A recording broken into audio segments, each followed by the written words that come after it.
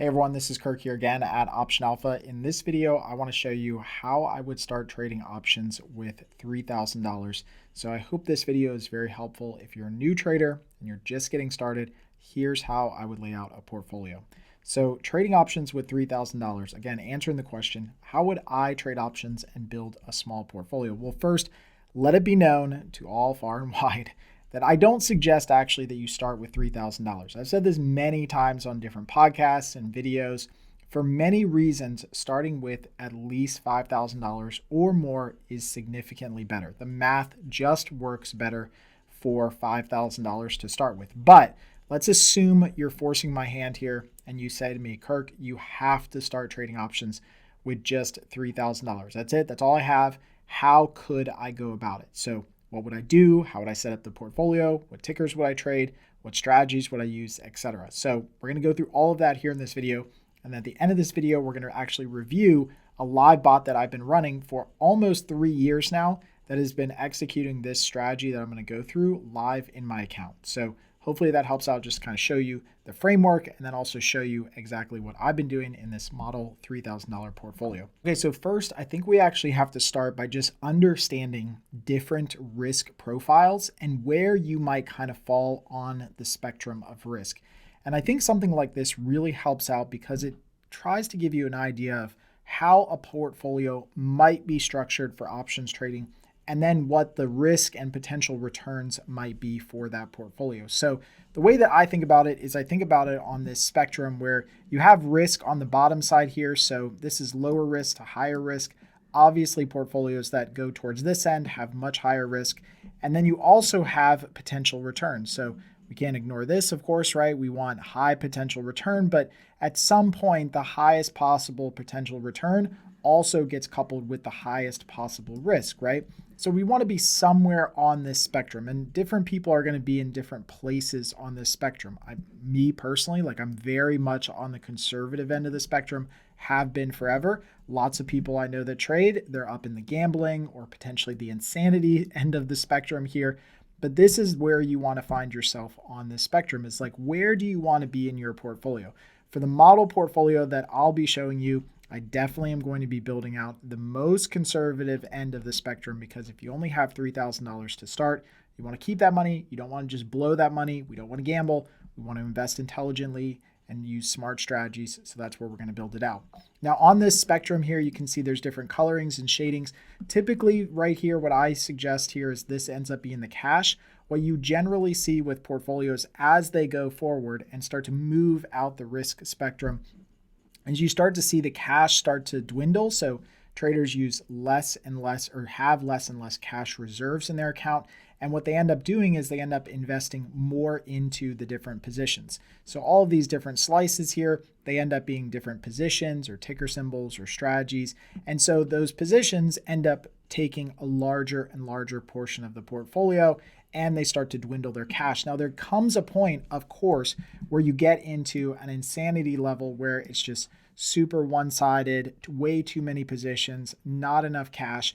It's not that you couldn't do okay in that scenario. You could probably make money a couple months, but you just really set yourself up for some major risk if you get some black swan events or huge market turnaround. So it's probably not a good idea to kind of move into that spectrum. Okay, so building out an options portfolio of $3,000, what are some key elements that I need to have? Well, I've kind of listed these here. I'll go through the rationale and reasoning behind each of these and then kind of show you the portfolio. So number one is you have to have ample cash and small position sizes. This has been something I've been harping on for literally a decade now plus. You have to trade small position sizes. You cannot trade these massive position sizes, especially if you have a $3,000 account. There's no way you should be trading $1,000 or $1,500 or $2,000 at a time. It's just absolutely stupid. You have to keep your position sizing small. Ideally, you'd be under 5% risk per symbol that you're trading, which means if you're trading SPY or Apple or Netflix or whatever, all the positions that you have for SPY or Apple or Netflix have to be risking 5% or less of your portfolio. Now, this is where it becomes really tough for a $3,000 account because 5% is hard to hit. If you're at a $5,000 portfolio, it's much easier to hit that 5% risk threshold with many option strategies.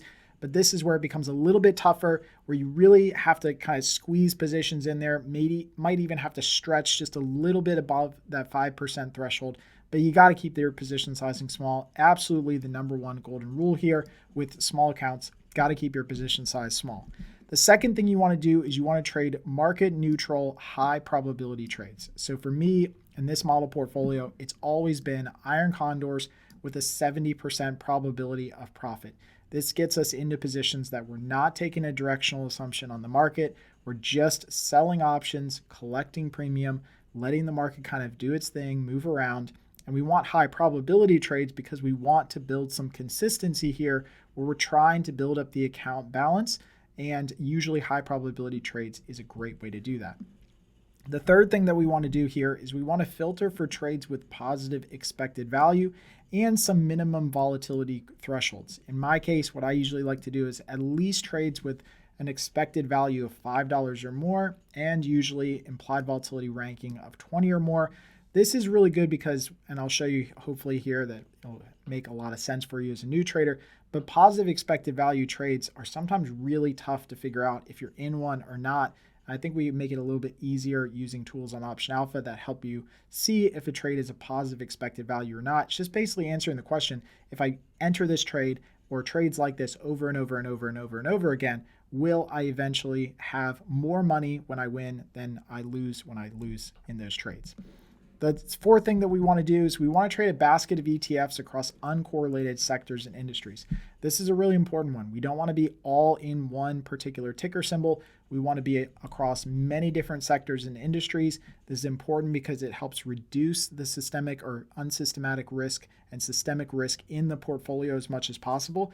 We don't want to be trading one particular thing, because then the problem is if that one particular thing we're trading crashes up or down, it doesn't really matter because things can crash up or down, then that blows up our whole count. So we want to make sure we're trading across a wide range of ETFs. I like ETFs for this portfolio because you don't have to worry about going through earnings season for these, so it makes it a lot easier moving forward.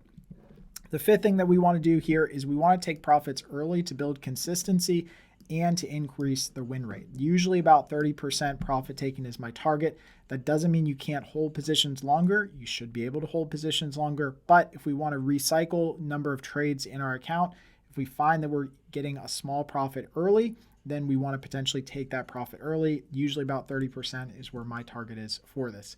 And the end result here of all of this, the reason that we want to do this is because we want to live long enough to get a high trade count. It really is just a game of math and numbers. If you want to trade, you have to be able to live through a lot of different swings, live through trades that don't go your way, because you're going to have trades that are losers. It's just how it works out. And so you want to live long enough to see the numbers and probabilities work out. All right, so the first thing that we're going to talk about is those small position sizes. Why do we need small position sizes? Why are they so important? It just sounds like they're important, but like, what is the math behind them? And the math behind them really comes down to the sequence of consecutive losses, because ultimately you don't control the market. I know you think you do. I know a lot of people think they do. I've seen videos of people who think they control the market, but you don't. And so what you're going to have is you're going to have losing trades. And so the way that you combat that is you combat that by making your position size small enough so that if you have just a bad string of trades, it doesn't blow up your account. So here's how it works with sequence of returns and consecutive losses. Let's say that you do not follow my advice and you go ahead and you invest 50% of your account into a low probability trade. So a trade that's a 50-50 trade, just either it's going to win or it's going to lose. That's it, right? So it's going to win or it's going to lose. And you put half of your account into that one single trade. Well, the likelihood that you lose on that trade is 50%, right? So after one consecutive loss, right? One consecutive loss, you have lost half of your account. Now, you still don't follow my advice. You take the other 50%, and look, even as I say this, it sounds ridiculous, doesn't it? Like, it sounds absolutely crazy to do this, but people do this all the time. You take the other half of your account and you put it into another trade that's just like the first one. 50% chance of winning. It's just a coin flip trade. You're either going to win or you're going to lose.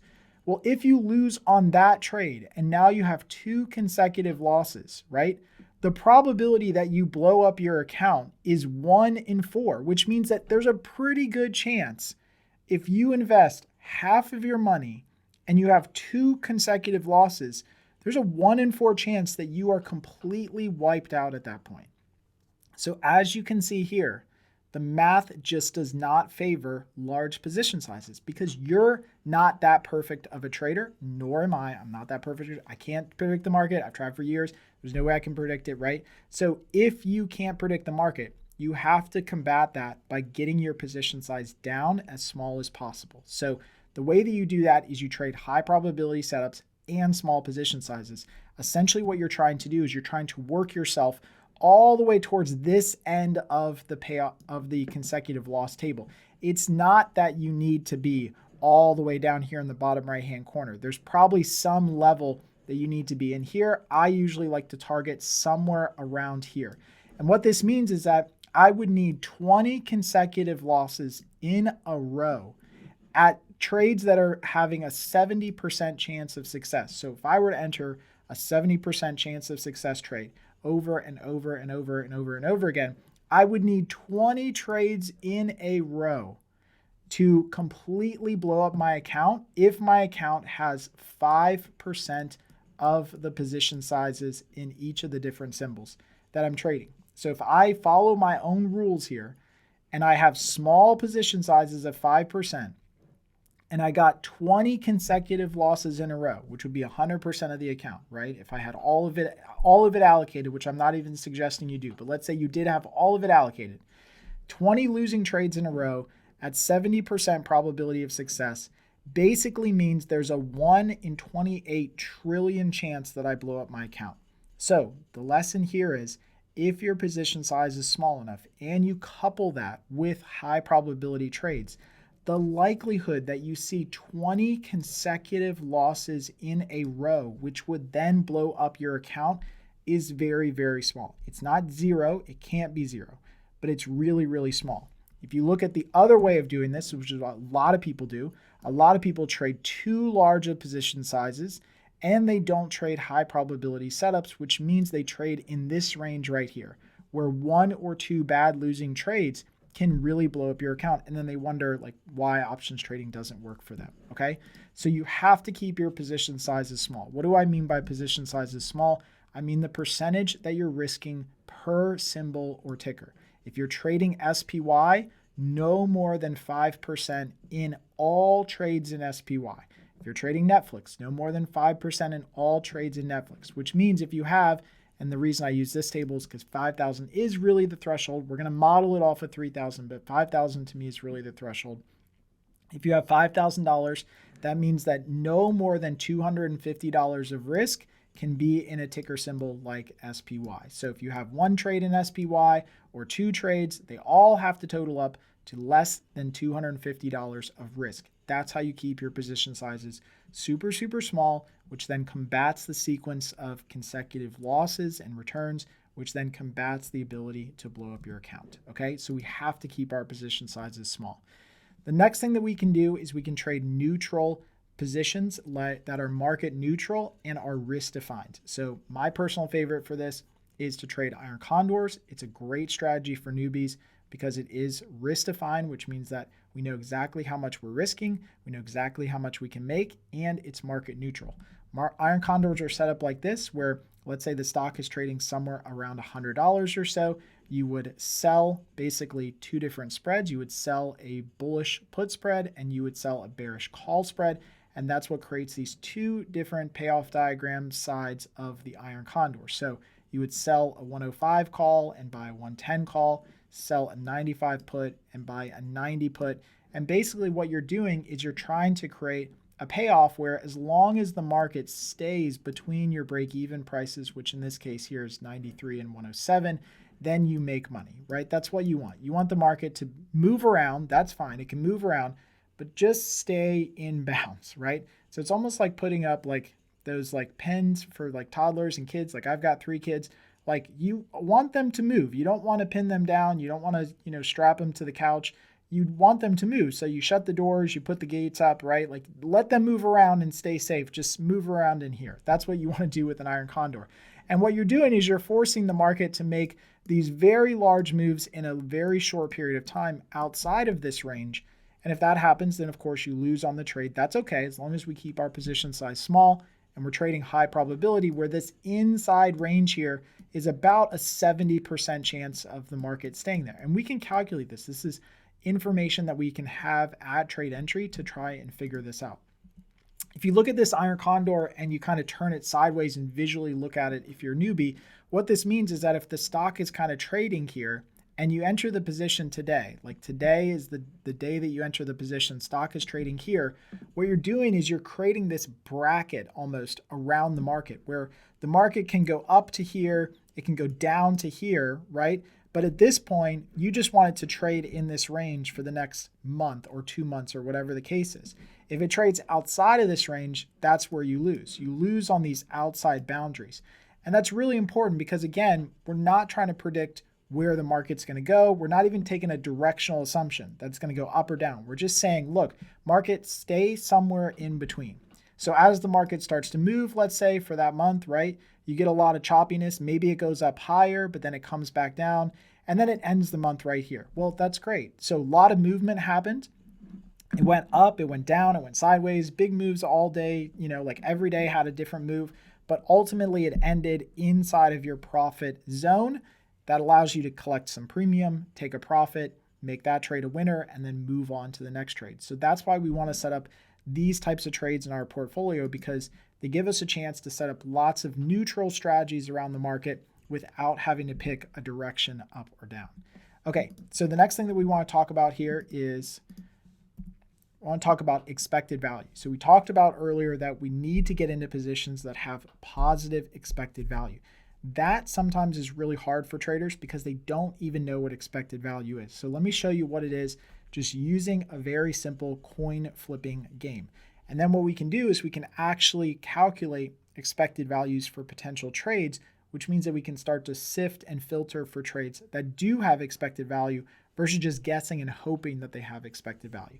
So what is expected value? Well, basically it's just the expected outcome of a game or a trade where we know the probabilities and where we know the expected payoffs.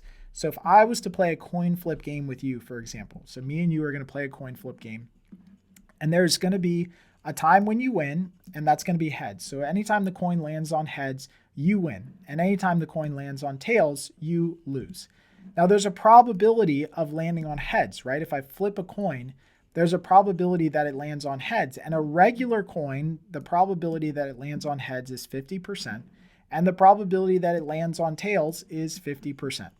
So if I were to structure this game here where I said, look, I'll pay you $100 if it lands on heads, but if it lands on tails, then you pay me $100.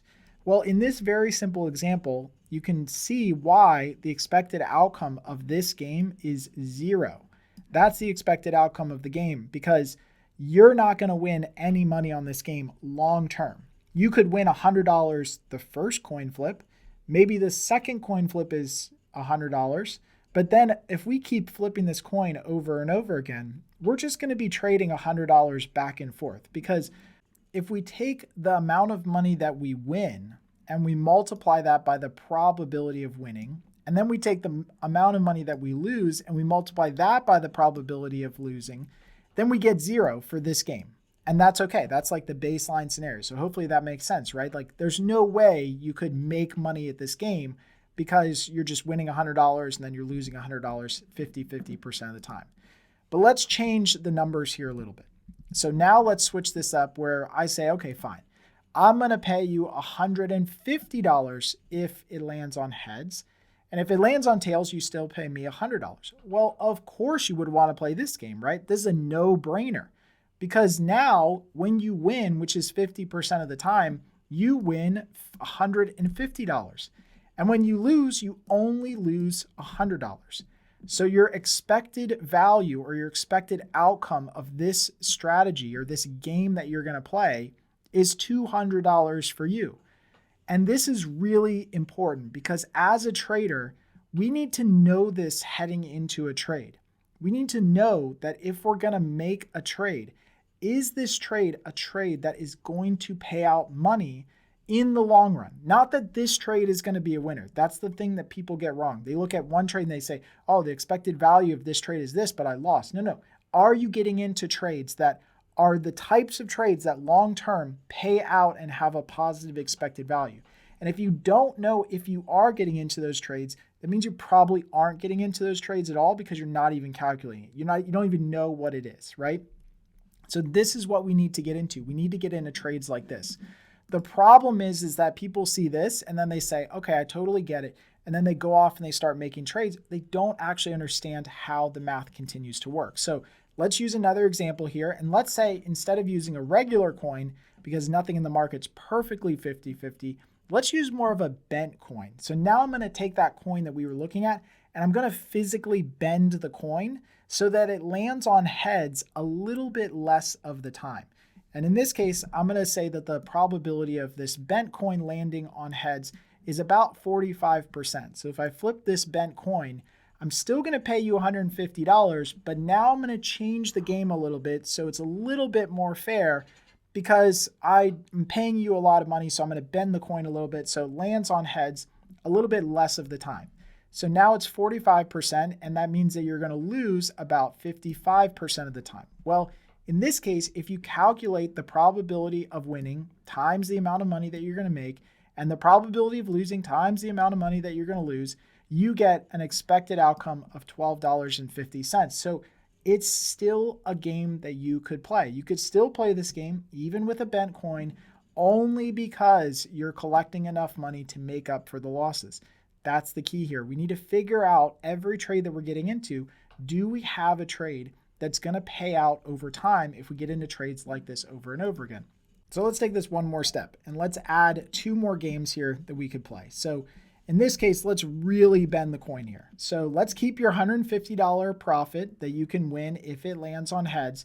But now let's change the game so that the coin is significantly bent in game number 3. And game number 4, it's basically bent to the point at which it's never going to land on heads. It's always going to land on tails because it's so manipulated and bent, right? And this is where you start to see trades that, sometimes on the outside look like a good trade, but when you actually calculate them out, they are not good trades. They have negative expected values. And it makes a lot of sense when you sit down and think about it, but a lot of traders don't think about it, and they certainly don't check for it when they make trades. So in game number 3 here, the probability that it lands on heads has been reduced to 30%, and the probability that it lands on tails has been increased to 70%, which means you've now turned this game completely negative. Same thing with game number 4. There's 0 chance that you land on heads, 100% chance you land on tails, which means the expected outcome is negative 100. It doesn't matter if you could win $150. You're playing a game you will never win in game number 4. Because it doesn't matter, honestly, if you win, you could win $1,000. I could change these numbers and say, look, here you can win $200, right? But it doesn't matter because the expected outcome is still negative. Same thing here. You could win $1,000, but there's almost no chance, 0 chance that it's going to get to that level. So it's not even a game you should play. Unfortunately, this is where a lot of traders get slipped up and tripped up as newbies, is they go for positions that have these massive payouts, right? Thinking that they're going to win big, but they don't realize that the expected outcome of these trades that they're making is negative or way negative, almost 0, and they end up blowing up their account. You have to get into trades that have a positive expected outcome. We can actually go back to the iron condor diagram here. And the important thing about this is that because it is risk defined, because we know these metrics, we know how much we can make and how much we can lose, we know our break evens, our max profit, our max loss, we can actually calculate this out. We can take the max loss down here and we can calculate what percentage of the time am I going to lose maximum loss, right? And then what percentage am I going to be in this partial profit, partial loss zone? And what percentage of the time am I going to be in max profit? And what percentage of the time am I going to be here?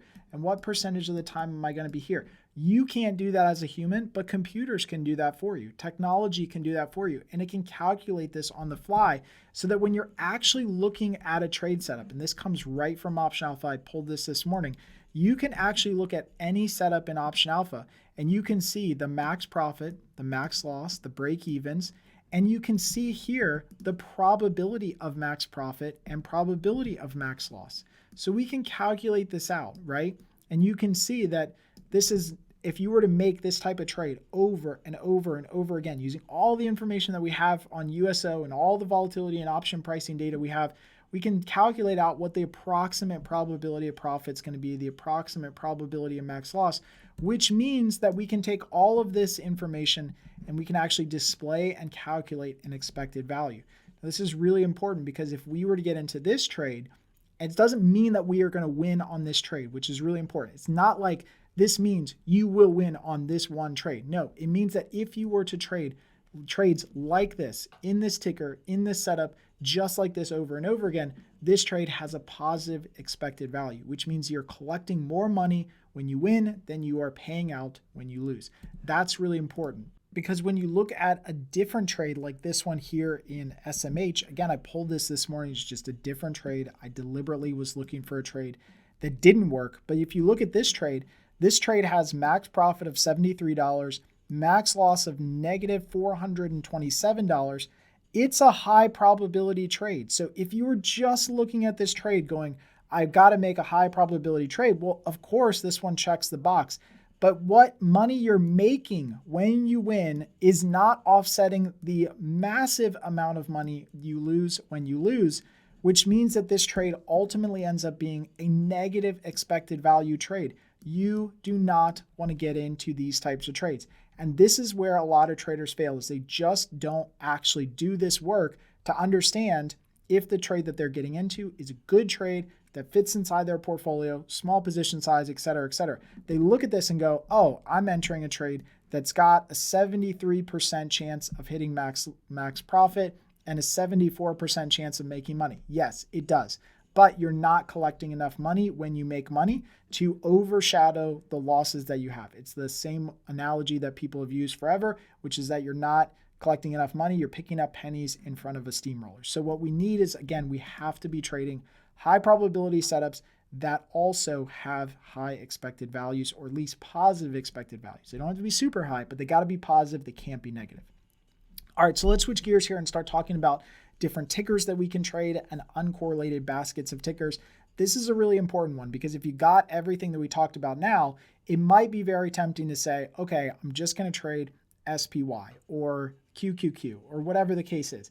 But you really don't want to do that because there's a lot of risk associated with one ticker symbol. Even if you're trading the broad market, most liquid symbol, which is SPY, there's a lot of risk associated with just trading that. You have to trade a diversified basket of uncorrelated tickers with your small account. So here's why this is important. When you look at the total risk of a portfolio, you have this level of risk here, which is called systematic risk or systemic risk. This is the risk that you can't diversify away from. This is the risk of war, COVID, like ridiculous things that come out of left field, right? Asteroids, I don't know, whatever else, right? Like you can't diversify away from this. This is the risk that is always there and present because it's just unknown to everybody in the market. So that's risk you can't get away from, but you need to get really, really close to it. You need to intelligently work yourself down that risk curve so that you can minimize the impact of everything else and you just get to general market risk, which we can't avoid. The risk that we can avoid is called unsystematic risk. This is risk associated with individual companies, individual sectors, individual industries, right? This is risk we can avoid by diversifying across uncorrelated asset classes. So here's how this works, right? If you were to say, I'm just going to use this example because it makes a lot of sense, hopefully for you as a newbie. If you're watching this, let us know if you do. Is that let's say you got into one position in Netflix. Like that was your only position. You love Netflix, you hate Netflix, it doesn't matter. You're in one position in Netflix. Well, that position, because it is one single position in one single underlying security, has a lot of risk for your portfolio, right? In fact, it has the most risk just trading one single product. So what you have to do is you have to diversify out. Now, what a lot of people will say is they'll say, okay, fine, I'll add Google. So you add Netflix and you have Google. So I have Netflix, I added Google, now Kirk, I'm diversified. Well, in a sense you are. You have two different assets, of course, but these two assets are both big tech, big in like AI, everything. They're big tech, right? Which means that they're probably going to trade and move very similar to one another. So, although you've added a security to your portfolio, you've gone from Netflix to now Netflix and Google, you really haven't done anything to reduce, like dramatically reduce the risk of the portfolio because these two big tech names are probably going to move very similar to one another. Now, we can actually graph this so you can see this because people do this all the time. But if you look at the correlation between, let's say, SPY and QQQ, the correlation between these two is very, very high. It's 0.86 and it's positive 0.86, which means that they're very highly correlated with one another. If you actually just see on the research that we did a while back, it's probably still the same right now, probably very close to it. It looks like they actually move in tandem with one another. And see, that's the problem, is that if you're trading a basket of ticker symbols, it's not enough to say, I'm going to trade SPY and I'm going to trade QQQ, right? I'm just going to trade the S&P and the NASDAQ. Well, okay, you got a little bit of diversity, but essentially you're trading the same thing. It's broad market. And so what you need things that are uncorrelated to one another as much as possible. Can't be perfect, but as much as possible, you need to broaden your horizon here. So let's go back to our example and let's say we add Microsoft. Okay, we're still not there yet, but we're starting to broaden it even more, just a little bit, right? But now let's say we add things like Costco and Starbucks, okay? This is not going to be the perfect example. I just wanted to pick things that were really, really broad, right? So you could make this case. So now you have essentially these tech giants, right? Big tech essentially. But now you have like wholesale, retail, and now you have coffee. Okay, now you're adding things that move you down the risk spectrum. Start to remove the unsystematic risk associated with any one company, right? Because now if you've moved your portfolio into a basket of securities like this, let's say something really bad happens to Netflix. Is it going to hurt your portfolio? Yes, but it's not your whole portfolio. So if something really bad happens to Google or to Costco or to Starbucks, those will hurt, but the other pieces of the portfolio will kind of pick it up and it's not a big portion of the portfolio. So now you move even further down the risk spectrum here, and now you add things like MasterCard and JP Morgan. So now we have, credit card processing, and now we have banks, right? So now we get a more holistic, you could say, setup in your portfolio. This is not perfect. I'm not suggesting you do this specifically with these tickers, right? So don't go out and buy a portfolio of these tickers. But the concept is what I'm after is like, you have to trade a basket of uncorrelated symbols as much as possible. So if we use an example that we can probably trade around, would be something like gold and the dollar, or gold and bonds and gold in markets, or emerging markets and US stocks, right? Like all of these things have different correlations that are not perfectly correlated to one another. This is a good example of something that's kind of negatively correlated to one another. So they move in opposite directions to a certain degree, but like gold and the dollar, that makes a lot of sense. So if you were to build a portfolio of neutral strategies around gold and the dollar, that might work better than a single neutral portfolio in SPY and QQQ. So that's what we want to do. Again, I'll give you a list of these symbols inside or right below this video, kind of the ones that I use, but I'll kind of go over some of them here. I'm not suggesting that you use these particular symbols as I go over them. I trade a basket of uncorrelated tickers that I kind of often update, and I get into different positions in those, okay? So going back to our $3,000 portfolio model now, and hopefully if you stuck with me long enough, you can see like the logic behind why we're doing what we're doing. So let's start now kind of putting it into practice. Like, how would I allocate capital? How would I build out positions? So here's how I would do it. If I had $3,000 to start, the first thing I would do is I would put 50% in cash. I know this is going to be a little bit subjective. I know people are going to say that's too little in cash. You should trade more in cash. I don't think so. I think 50% in cash is a really good starting point. Even if you scale up, keeping a lot of cash is really important. Options are leveraged products, which means that A, you don't need to trade a lot of them to generate a return. And B, if you trade a lot of leverage, that can amplify your returns, great, but that also means it amplifies the downside, so it increases the risk that you blow up. I look at the 50% cash as your kind of emergency backstop to keep the lights on in case all of your positions go down at the same time. There's a very low likelihood that that happens if you trade small positions, uncorrelated tickers, right? All these things that we talk about. But if that happens, because it's not a non-zero percentage, if that happens, you have cash left over to stay alive. And that's what's important, because you got to keep the lights on, you got to keep trading, right? So if we do that, then that means those other portions here are left for trading specific positions in different ticker symbols. So in this case, what I would do here is I would put about 8.3% into XSP and trade an iron condor, just a monthly iron condor in XSP. XSP is a cash settled ETF. So you don't have to worry about the assignment risk on those, which is great for iron condor traders and small traders. But it's also, pretty liquid. It's got a lot of volume, increasing volume and activity. So it's a good one to trade.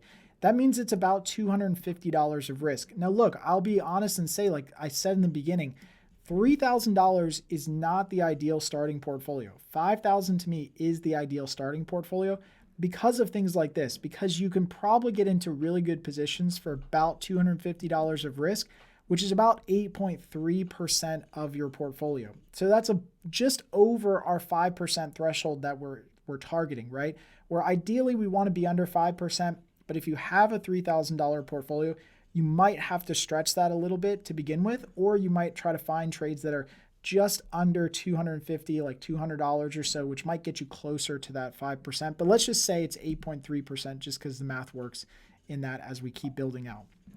So then what I would do is I would do the other basket of tickers. Again, not always these tickers. Sometimes it rotates tickers that we trade. I'll give you the list in the link or right below this video. You can see the list of tickers that I trade. And I would just put the same allocation into these iron condors. And what I'm doing here is I'm trading market neutral strategies, right, across the board. So iron condors across the board. And I'm trading different ETFs that are across different industries. So XSP is kind of broad market, US. EEM is emerging market, TLT is bonds, XRT is retail, gold, utilities, right? I'm trying to diversify my pool of cash as much as possible so that if the markets go crazy on one side, one of the other ones is not going crazy and is kind of make some money that month and kind of balance things out. And that's ultimately what we're trying to do. So that's kind of the model portfolios. You have maybe about 6 positions at any one time in your $3,000 portfolio that you're kind of rolling these monthly positions over. You sell a monthly iron condor, let it mature, profit, take profits, then you get into the next one and the next one and the next one. And in my case with a small account, you would get into no more than one position in each symbol because the risk of one position is just too great already. It's probably running up against that 5% threshold. So you wouldn't be getting into multiple iron condors in XSP or EM or TLT or whatever. You'd be getting into one position at a time. When that position is done, then you get into the next position. And so you just keep rolling those positions moving forward. So now that we have the model kind of in place here, and before we start looking at my live bot that's been running this strategy for a while, it's really important that we cover this right now, which is that I think about trading as 2 essentially hemispheres that you have to accomplish as a trader. And the first side of trading, the first part of trading or half of trading is using your mind. And I say this because a lot of people will never understand this concept if they don't go through it, which is that you do want to use your mind in trading, of course. Like that makes a lot of logical sense. And what I say the mind is it's the market intelligence and the nuanced decisions. It's the side of your brain that is the logical, rational, strategic side. It's basically the side that we just went through in this entire video. We went through like why small positions, why neutral positions, why iron condors, why expected value, why diversified tickers. Like all of those things should make logical, rational sense. And that's what you want to do as a trader. You want to use your mind to build and craft your strategy. And I hope we've accomplished this thus far in the video.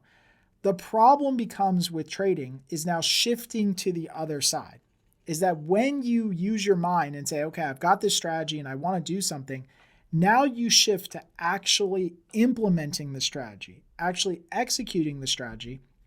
What happens is you end up putting this over or handing this off to what I call the fool. This is the other side of your mind. This is the part of your mind that is frequently oblivious, an overestimator, and a luck seeker. It's inconsistent, brittle, and susceptible. This is the side that always trips up traders. And it has been for me forever. This is the side that has cognitive biases, that has investor biases, that has, faults and failures. Like, this is the fight or flight side, right? Where we invest and then we have FOMO and then we have all these things. This is that side of trading. And I've always thought that this part of trading that's always messed up is that we do such a good job with the mind side. We do such a good job on paper putting our strategy together and logically like thinking out the components of it. But then when we hand it off to the other side of our mind, essentially to execute it, we just suck. We just are terrible at doing that. We don't get into trades the right way. We don't exit when we should. We don't, we think it's going to go around. We don't, we think the Fed's going to do something. We think Apple's going to do something or AI is going to do, there's always a reason. And there's all these biases that we fall into. And so that's been the problem with trading. So the way that I think we should fix it is this. So yes, we want to use our mind. Okay. So again, let's get back to the mind. I'm not saying we don't use our mind. I'm saying we do use our mind. We lean on our mind. This is what you should be doing 99% of the time as a trader, is figuring out the strategy, the rationale, the technique, the strategic side, right? But instead, when we start to transition the strategy over and hand it off to be executed, you need to execute it with bots. It's just the only logical way because it's a better options trading system. It's data-driven, it's technical and tactical, and it's going to implement your strategy exactly how you laid out. It's not going to falter. It's not going to miss steps. It's not going to not do something or not check something. It's going to execute your strategy, which means it's the perfect way to see if what you created on your mind side, on your rational, logical, strategic side, is actually a viable strategy. Sometimes people come, and I think it's so funny that they're like, I'm trading this strategy and it doesn't work. I'm like, well, did you trade it perfectly for 3 years to know it doesn't work? Or did you trade it kind of so-so for 10 days and then say it doesn't work or it doesn't work or it does work, right? But you need a better way to implement your strategy. Now, I don't care if you use Option Alpha or not. You can use anything you want that can implement your strategy using automation and technology that's data-driven, that can help find positions that meet your criteria, enter them, and then manage them. If you want to do that by yourself manually, which you can certainly try to do, knock your socks off, be my guest. I just don't think I could ever do it consistently, perfectly, every single time. I know me. I know that I would say, well, maybe I'll kind of wait a little bit on this one, or maybe I'll wait until I get into this position, or maybe I should take this position off. But you need something that's going to execute your strategy perfectly. That's, I hope, what bots do for you, because that's what bots have done for me. All right, so let's take a look at the actual bots that I've been running for this same strategy in my live account. Now, I said at the beginning of this video, I was going to show you guys these bots that I've been running. It's actually the same strategy. It's just across 2 bots. The first one is the bot that was in my TD Ameritrade account. TD Ameritrade eventually got bought by Schwab and then shut down their API. So I had to move the strategy to a different brokerage. So I'll show you both of those. But the original strategy started back in 2022. I started in early March in 2022. It's the exact same setup that I'm showing you guys here, which is that I'm selling iron condors across a basket of ETFs, taking profits at 30%, no stop losses on these trades, never used a stop loss, and then exiting trades before expiration, usually a day or maybe a couple days before expiration if it doesn't work out.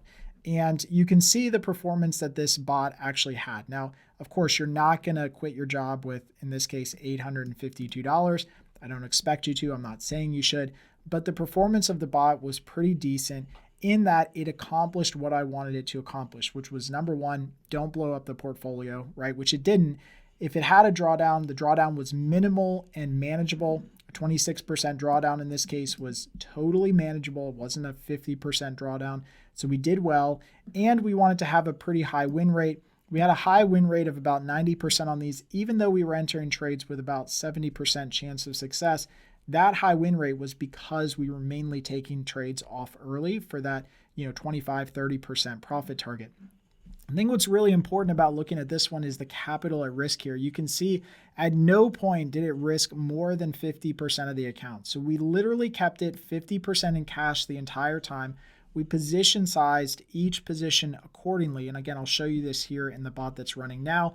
We position size each position so that it was a small position, that it entered trades that had a high probability of success and with positive expected outcomes. So you can see here that our capital at risk, it did fluctuate as it was entering and exiting trades, which is completely what it should be doing, but it never got over that 50% threshold. So it was really kind of an efficient use of capital, and it was also keeping ample cash in place. So you can see here we had some positions that were rolling off basically about September 2023. That's when this bot shut off. If we go over here to live bot that's been running, this one again is connected to my TradeStation account. This one turned on right about that same time, and we were starting to roll positions into this one. So I kind of tried to keep them as similar as possible by rolling them into it. So this has been the performance of this one since September of 2023 that we've been running this one. I have not turned this bot off. I trade this bot through FOMC. I trade it through everything. I just leave the bot on and let it continue to trade. If we go down here to some of the stats, it doesn't have as many positions as the other one had, but you can see that it's doing a really good job of managing the capital. Only a few times did it kind of peek its head above 50% allocation. That was mainly in periods where it was allocating capital, but still never much higher than that. And you can see our win rate is about what it was before, a little bit lower, which is okay. Our max drawdown has been about 13%. Again, totally manageable here. Our average win is about $30. Average loss is $131. That's okay as long as I'm making enough money when I win and a higher probability of winning than the times that I lose. So that's okay, which means that my average P&L on these trades right now is about $12. Again, remember, I'm doing small contracts here on purpose because I'm trying to prove that you can do this with a small account if you just have enough patience, enough fortitude to stick with it and hopefully use the right strategies moving forward. So if we go into some of the positions here, you can see it's got a couple of positions in place right now that it's kind of working with and working on. But if you go down here to some of the closed positions, it's kind of fascinating looking at how it does some of these positions. Again, this is fully automated, so I'm not going in here every day making trades. It's just completely automated, just running this system for me. So in this case, this is a trade that it made a while back. It held this trade for about 14 days. So that was the days in trade, DIT here. You can see that the trade price was, we sold this iron condor for about $96 and we bought it back for $64. So we made $32, which is about a little over a 30% return. That was our profit target. What I love about using bots in this case is that if you see here all of these attempts to close the trade, that the bot performed for me using exit options. Exit options are ways that we can attach these profit targets directly to the trades and then just let the bot and the market work itself out. So we entered this trade on January 7th at 10:30 in the morning, and then shortly after that, a couple days later, there were some potential opportunities to take a profit on January 15th. Just didn't fill. That's okay because we were sticking to that profit target. It was close to it, but it wasn't getting it. January 16th, it tried again, and then finally it filled on the 17th. That's okay. That's why, the 21st, it filled on the 21st. That's okay. That's what I want this thing to do, is just work the market, find an opportunity to take profits. If you can take profits, great. If you can't, that's okay too. Sometimes you have max loss. This is what happened with this position here. So this was an XSP iron condor. We sold this one for $3.21. And you can see here that they closed for $6, which was the full width of it. It never really had an opportunity to take that profit. So even though it was at a 30% profit taking, never had an opportunity to take the profit. It just simply expired completely in the money as full loss. Again, that's okay. I'm okay with that happening as long as I'm entering trades with a high probability of success, okay? So if you look here into the settings, how this bot is generally set up is that it's set up with essentially two automations that are running.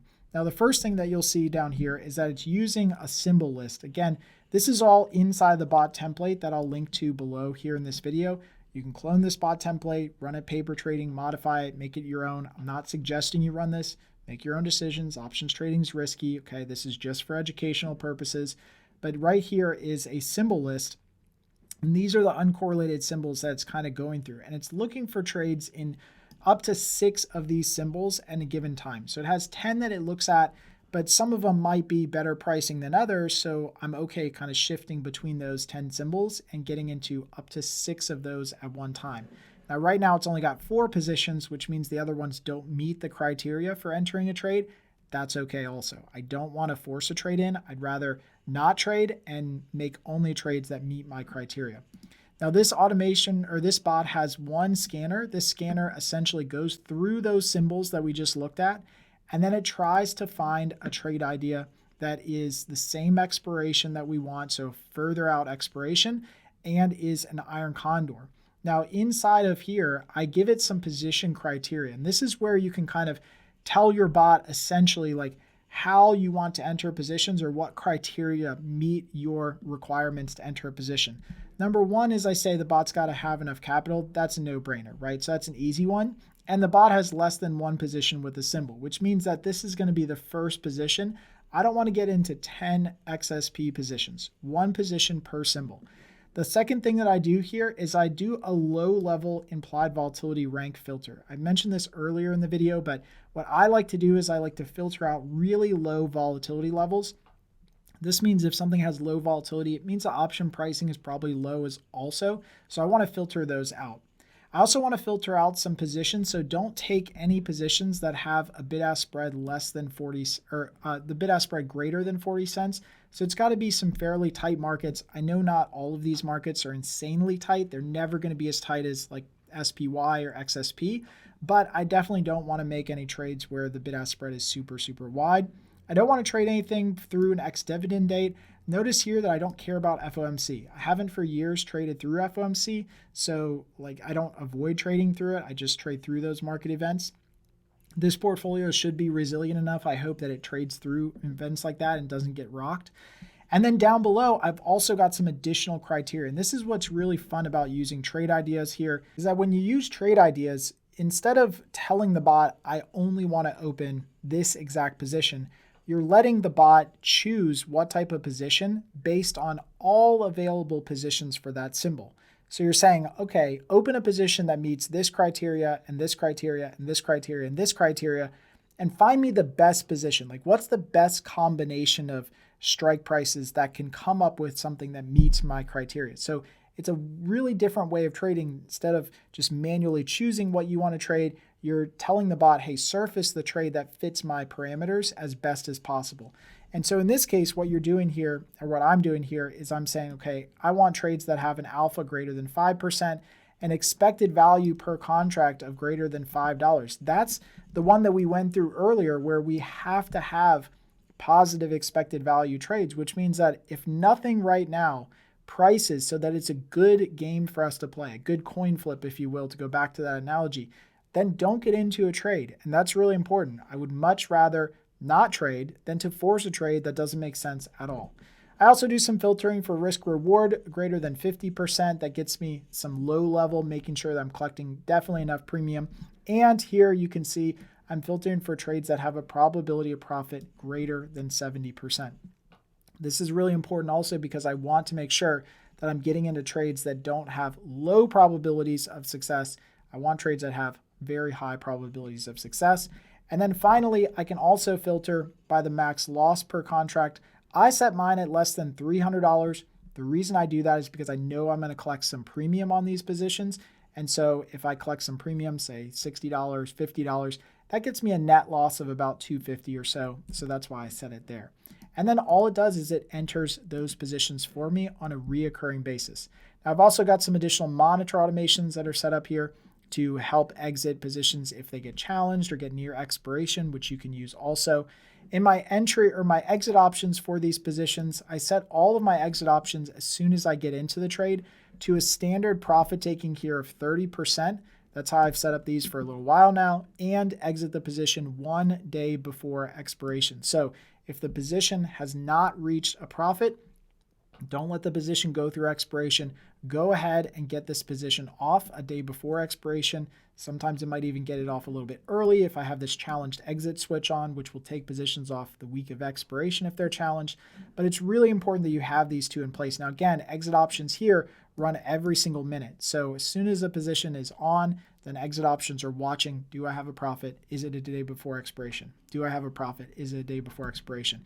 And again, you can see no stop loss, no trailing stop loss, no nothing. The last thing that I'll show you here is that if you are a small trader and you're trading a $3,000 account, it's really important not to make day trades and become a PDT. Like, we don't want to hit that PDT rule, which is a pattern day trader rule. So all you have to do inside of exit options is check this box, which means that it waits at least 1 day to avoid pattern day trading. What this means as a trader is that if you get into a trade and then you have a profit, but it's the same day, it's going to wait until the next day to try and close the position if that profit's still there. That avoids the whole PDT rule, and it makes you not get flagged as a pattern day trader, which means you'd have to start coming up with like $25,000 in your account to get out of those PDT rule restrictions. So I hope this video has been insanely helpful for you. I hope it answered a lot of questions and maybe it got you pushed in the right direction, hopefully confidently, into starting your first options trading portfolio if you've got a little bit of cash to start with. Again, ideally, you could start with like $5,000. That's where the numbers work better. But if you do have $3,000 to start with and you're forcing my hand, you're saying, how would I do it? Hopefully this video has been helpful into modeling out that portfolio, what we do and why we do it, and then showing you an example of how I do it in my own personal account. If you did like this video, please let me know right below here. Like the video, subscribe to our channel, add a comment here below. Hopefully we can get this video to more options traders and help them out also. So as always, if you have any questions, let me know. Until next time, happy trading.